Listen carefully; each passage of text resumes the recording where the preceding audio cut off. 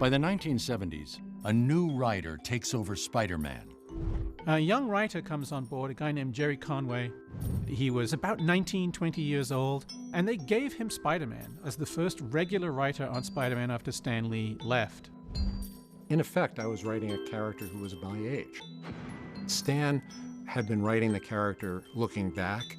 I was writing the character looking around. And in fact, the artist that I ended up working with longest on Spider-Man, Ross Andrew, used to come over to my apartment and use my roof as reference material. So what you see, the rooftops that Spider-Man is fighting on and running around are the rooftops in my neighborhood. It was very parallel to my own life, except for the superheroics. Conway's most famous story is centered around Peter Parker's girlfriend, Gwen Stacy. I'd never seen the appeal of Gwen Stacy as a character, and in writing her, I found her to be kind of bland and uninteresting. She was a nice girl who liked Peter and had no basic problems. So I wanted to change the direction of the strip.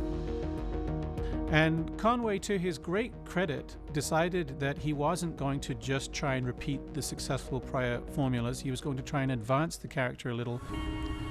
So the Green Goblin has kidnapped Gwen and tosses her off of the Brooklyn Bridge. Peter catches her on his web line, and the result is that she's pulled up short and her neck is broken. The reaction of the readers was, oh my God, Spidey killed Gwen. He's responsible for her death. Well, no, not really. He made a valiant but failed effort to rescue the woman he loved. The death of Gwen Stacy is, for many comic book fans of that era, one of the most traumatizing events that occurred in a superhero comic. It goes right to the heart of the heroic project and undermines it in a truly nihilistic way if, in the very attempt to perform heroic action, the hero actually ends up killing the innocent that he's trying to save.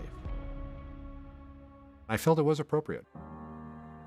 This is the kind of problem that's going to come up in a superhero's story. Lois Lane is not always going to be caught when she falls off the building. That becomes a cliche. When he came through the other side of the grief, Peter had a better understanding of his own power and limitations.